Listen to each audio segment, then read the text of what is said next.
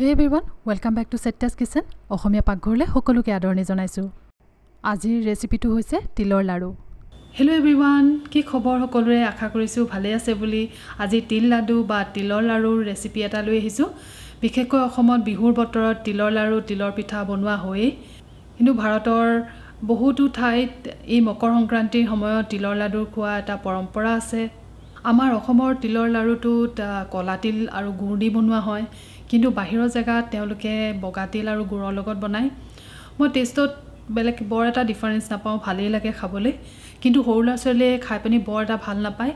তাহাঁতক সদায় জোৰ জবৰদস্তি কৰি পানি খুৱাবলগীয়া হয় কেতিয়াবা। কিন্তু আজি যিটো ৰেচিপি মই আপোনালোকৰ লগত শ্বেয়াৰ কৰিছোঁ, সৰু ল'ৰা-ছোৱালীয়ে খাই বৰ ভাল পাব। সৰু ল'ৰা-ছোৱালীয়ে কি ডাঙৰ মানুহেও বহুত ভাল পাব। যিবোৰে তিলৰ লাডু খাই বেয়া পায় তেওঁলোকেও বহুত ভাল পাব। এইবাৰ বিহুত এই ধৰণে এবাৰ ট্ৰাই কৰি চাবচোন। আহক তেতিয়াহ'লে ৰেচিপিটো আৰম্ভ কৰোঁ। কলা তিল লৈছোঁ মই আধা কাপমান আৰু এইখিনি মই ভালদৰে ধুই পানি শুকুৱাই লৈছিলোঁ। গুৰ লৈছোঁ মই 1 কাপমান আৰু মই এইদৰে সৰু সৰুকৈ কাটি লৈছোঁ, তেতিয়া সোনকালে গলিবলৈ সুবিধা হয়। ডাব নাৰিকল এফাল মই এইদৰে ৰুকি লৈছোঁ, ৰুকনিয়ে ব্যৱহাৰ কৰিছোঁ কিন্তু ডাঙৰ চাইডটো ব্যৱহাৰ কৰিব। কেঁচা বাদাম লৈছোঁ কেইটামান আৰু লৈছোঁ কিচমিচ অকণমান লৈছোঁ। প্ৰথমে এখন কেৰাহীত আমি বাদামখিনি ভাজি ল'ম। তিলৰ লগত সাধাৰণতে এই বাদামটোৱে বেছি ভাল লাগে কাজু বাদামতকৈ, সেইকাৰণে এই বাদামটোৱে ব্যৱহাৰ কৰিব। আমি অসমীয়াত বাদাম বুলিয়ে কওঁ কিন্তু বাহিৰত মুংফলি বুলি কয়। বাদামখিনি পূৰা ক্ৰাঞ্চি হোৱালৈকে ভাজিব লাগিব, তেতিয়াহে খাবলৈ ভাল হ'ব, নহ'লে কোমল হৈ থাকিলে খাবলৈ ভাল নালাগিব। ভালদৰে ভজাৰ পিছত এই বাদামখিনি বাকলিখিনি গুচাই অকণমান থেতেলিয়াই ল'ম, ঠিক এইদৰে। এতিয়া এইখন কেৰাহীতে আমি তিলখিনিও ভাজি ল'ম আৰু তিলখিনি ভাজোঁতে গেছৰ ফ্লেমটো মিডিয়ামটো ৰাখি পানি ঘনে ঘনে লৰাই তিলখিনি ভাজি থাকিব লাগিব। যদি হাই ফ্লেমত তিলখিনি ভজা হয় তেতিয়া অতি সোনকালে জ্বলি যাব আৰু ইয়াৰ গোন্ধটো বেয়া হোৱাৰ লগতে খাবলৈও বেয়া হ'ব। কেতিয়াবা চাবচোন তিলৰ লাডুবোৰ খাবলৈ অলপ তিতা নিচিনা হয়। এনেকৈ বেছিকৈ যদি ভাজ খাই যায় তেতিয়া তিলৰ লাড়ুটো তিতা নিচিনা হৈ যায়। গেছৰ ফ্লেমটো সদায় মিডিয়াম টু স্ল' ৰাখি তিলখিনি ভাজিব, তেতিয়া তিল কেতিয়াও বেছিকৈ ভাজ নাখায় আৰু সেই তিতা ভাৱটো কেতিয়াও নহয়। তিল ভাজ খালে এটা বৰ ধুনীয়া সুগন্ধ এৰে আৰু এই সুগন্ধটো অহাৰ লগে লগে গেছৰ ফ্লেমটো অফ কৰি তিলখিনি কেৰাহীৰ পৰা নমাই থ'ব। এতিয়া মই এইটো কেৰাহীতে আধা চামুচ ঘিউ লৈ লৈছোঁ আৰু এই ঘিউখিনিত মই ৰুকি থোৱা ডাব নাৰিকলখিনি ভাজি ল'ম। একেবাৰে স্ল' ফ্লেমত ভাজিব, নহ'লে ডাব নাৰিকল বৰ সোনকালে জ্বলি যায় আৰু এইখিনি ভাজ খাবৰ কাৰণে বেছি দেৰিও নালাগে পাছে। যেতিয়া অকণমান ৰঙা পৰা নিচিনা হ'ব নাৰিকলখিনিৰ পৰা আৰু এটা ধুনীয়া সুগন্ধ ওলাব, তাৰপিছতে এই নাৰিকলখিনি আমি আঁতৰাই ৰাখিম কেৰাহীখনৰ পৰা। আকৌ মই এখন কেৰাহীতে আধা চামুচমান ঘিউ লৈ লৈছোঁ।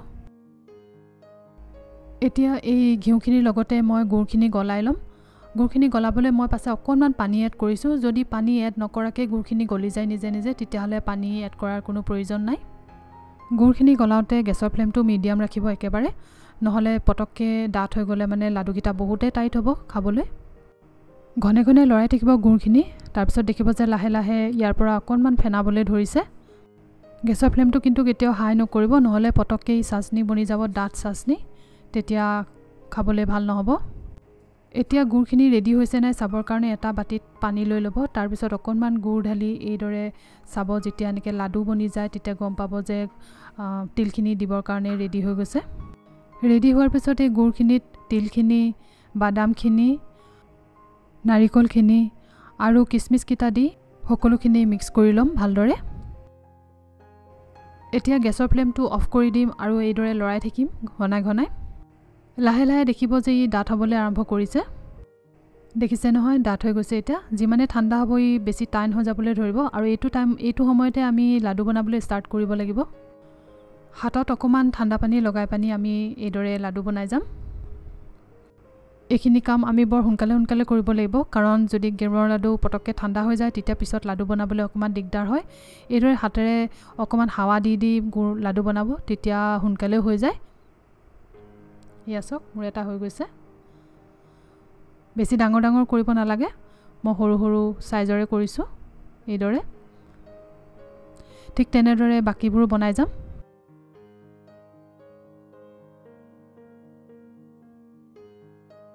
আৰু এই আমাৰ তিলৰ লাড়ু ৰেডি হৈ গ'ল আপোনালোকে গুড় অকমান কমকে দিব মোৰ অকমান গুড় বেছি হৈ গ'ল সেইকাৰণে এনেকুৱা বগা বগা হৈছে বাকিটো খাবলৈ বহুতেই মজা হৈছিল যদি ৰেচিপিটো ভাল লাগিলে তেতিয়া হলে বন্ধু বান্ধৱী বা ফ্যামিলিৰ লগত শেয়াৰ কৰিব পাৰে ভিডিওটো আৰু এই ভিডিওটোক এটা থাম্বছ আপ দিবলৈ নাপাহৰিব আৰু মোৰ চেনেলটো সাবস্ক্ৰাইব কৰি ল'ব নতুন নতুন ৰেচিপি লৈ আকৌ পুনৰ লগ পাম তেতিয়া হলে আজিলৈ আহিছো বাই বাই